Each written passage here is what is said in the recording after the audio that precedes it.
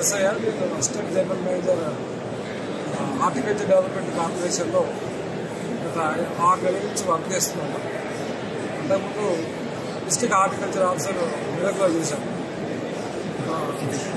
అయితే national bamboo machine అనేది government of India మన తెలంగాణకు 2018-19 నుండి వర్క్ చేయడం జరుగుతుంది.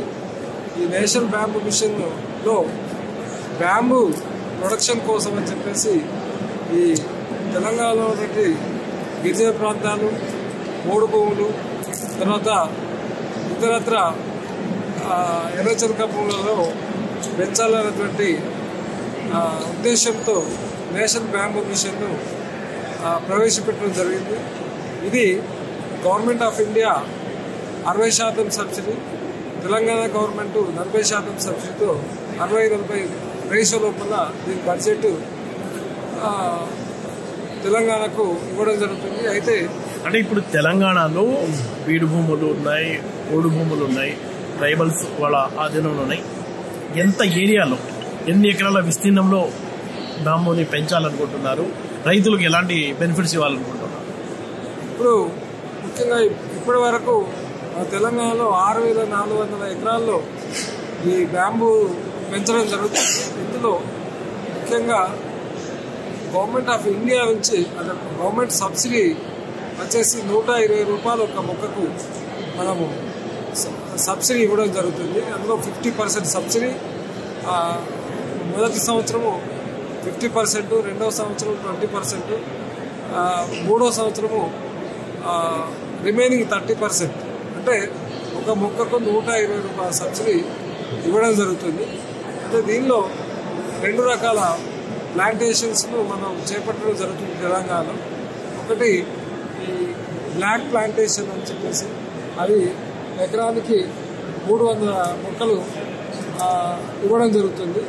అదే బార్డర్ ప్లాంటేషన్ అయితే మాత్రం 120 మొక్కలు పెంచడానికి పర్మిషన్ ఇచ్చింది. ఇది 5x5 ఫీట్ల దూరంలో పెట్టుకోవచ్చు. అంటే దీనిలో మేజర్గా ఈ బ్యాంబూతో ఈ బుట్టలు అల్లుకోవడం కానీ, తర్వాత చాటులు కానీ, తర్వాత ఈ వెదురు తడకలు కానీ, ఇవే కాకుండా ఈ మధ్యకాలంలో ప్రతి అర్బన్ పీపుల్ పేపర్, ముఖ్యంగా ప్లాస్టిక్ బదులుగా బ్యాంబూను వాడడం జరుగుతుంది. దీనిలో కూడా నైపుణ్యత గలటువంటి ఆర్టిషియన్స్ కూడా ట్రైనింగ్స్ ఇవ్వడం, దీని ద్వారా వారికి ఎక్కువ ఉపాధి కలుగుతుంది. దీనిలో ముఖ్యంగా వాల్యూ అడిషన్స్, ముఖ్యంగా బ్యాంబూను నార్మల్గా అమ్ముకున్నప్పుడు ఒక్కొక్క బ్యాంబూ కాస్ట్ 30 నుంచి 50 రూపాయలు, 60 రూపాయలు, లేదంటే 70 రూపాయలు పడుతుంది. అదే దీన్ని మనము ఇతరత్ర పరికరాలు, ముఖ్యంగా ఈ చాకలు కానీ, తడకలు కానీ, చిన్న సెల్ ఫోన్ స్టాండ్స్ కానీ, తర్వాత ఇంట్లో వాడుకునేటువంటి ఆర్నమెంట్స్ అయితే వాటి ద్వారా తయారు చేసుకోవాలంటే ఒక బ్యాంబూ నుంచి 30 రూపాయల నుంచి 300 రూపాయలు, 2,000 రూపాయల వరకు కూడా సంపాదించేటువంటి అవకాశం ఉంది. ఉపాధి కూడా ఎక్కువ దొరికేటువంటి అవకాశం ఉంది. కాబట్టి ఈ బ్యాంబూను ఈ చిన్న పరిశ్రమల ద్వారా దీన్ని ప్రోత్సహించినట్లయితే ఇది ఎక్కువ రైతులకే కాకుండా ముఖ్యంగా ఈ డ్వాక్రా మహిళలకు కూడా ఎక్కువ ఉపాధి కల్పించేటువంటి అవకాశం ఉంది భవిష్యత్తులో. అంటే ఉత్పత్తి పెంచడానికి ఎన్ని ఎకరాల విస్తీర్ణంలో రైతుల్ని ప్రోత్సహించనున్నారు మీరు? అందుకు కావాల్సిన సీడ్ ఎక్కడ దొరుకుతుంది? బ్యాంబూకు సంబంధించినటువంటి సీడ్ను మేము ప్రస్తుతానికి కేరళలో ఉన్నటువంటి బ్యాంబూ రీసెర్చ్ స్టేషన్ నుండి మేము విత్తనాలు తీసుకొచ్చి ఇక్కడ ఉన్నటువంటి మా నర్సరీలో, మా centre of excellence Mulugu nursery, తర్వాత మా గవర్నమెంట్ నర్సరీస్ అయినటువంటి ఖమ్మం, అశ్వరావుపేట, తర్వాత ఇటు ముద్దల్, నిర్మల్ జిల్లాలో వీటి యొక్క నర్సరీస్ను ఎంకరేజ్ చేసి ప్రోత్సహించి పెంచడం జరుగుతుంది.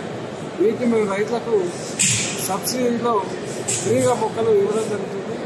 2వ సంవత్సరం మెయింటెనెన్స్ కాస్ట్ కూడా రైతులకు మనం రిలీజ్ చేస్తున్నాం. కాబట్టి ఈ బ్యాంబూను పెంచుకున్నట్లయితే భవిష్యత్తులో బ్యాంబూ ద్వారా ఈ పెల్లెట్స్ మేకింగ్ మిషన్స్ కూడా మనం డెమాన్స్ట్రేషన్గా మెదక్ ముద్గల్ ఫామ్లో పెట్టడం జరిగింది. అంటే ఈ పెల్లెట్స్ యొక్క ప్రొడక్షన్ కూడా ఒకవేళ మనం ఎక్కువ పెంచుకోగలిగితే బ్యాంబూ తయారు చేసేటువంటి బ్యాంబూ ప్రొడ్యూస్ చేసేటువంటి రైతులకు ఎక్కువ లాభదాయకంగా ఉండేటువంటి అవకాశం ఉంది భవిష్యత్తులో. ఈ పెల్లెట్స్ మేకింగ్తో వీటిని ఈ విద్యుత్ ఉత్పత్తిలో కూడా వీటిని ఎక్కువగా వినియోగిస్తున్నారు. సెంట్రల్ గవర్నమెంట్ కూడా ఈ మధ్యకాలంలో భారత ప్రభుత్వం 10% ఆఫ్ ద ప్రోడక్ట్స్ను బ్యాంబూ పెల్లెట్స్ను విద్యుత్ ఉత్పత్తిలో వినియోగించాలని చెప్పేసి కూడా జీవోలు వచ్చినాయి. వాటికి అనుగుణంగా కూడా ఈ విద్యుత్ కంపెనీస్ కూడా పెల్లెట్స్ను కొనుక్కోవడానికి అవకాశం ఉంది. కాబట్టి రైతులు ఈ పెల్లెట్స్ మేకింగ్ తయారు చేసి ఒకవేళ మనకు ఈ విద్యుత్ సంస్థలు కూడా ఇచ్చినట్లయితే మంచి మార్కెటింగ్ ఉండేటువంటి అవకాశం ఉంది. కాబట్టి ఫార్మర్స్ ఎవరైతే ఉన్నారో ముఖ్యంగా మన దగ్గర 15 రకాల బ్యాంబూ రకాలను మనం తయారు చేసుకునే అవకాశం ఉంది. దీన్ని ప్రోత్సహించినట్లయితే ముఖ్యంగా తెలంగాణ గవర్నమెంట్ ఇది ఇప్పుడే స్టార్టింగ్ ఇంతకుముందు ఇది ఫారెస్ట్ డిపార్ట్మెంట్లో ఉండే దీన్ని ఈ గ్రాస్ జాతిలోకి చేర్చడం వల్ల బ్యాంబూను రైతులకు అందుబాటులోకి తీసుకురావడం జరిగింది. కాబట్టి సబ్సిడీ విషయంలో కూడా వచ్చే సంవత్సరం 1,50,00,000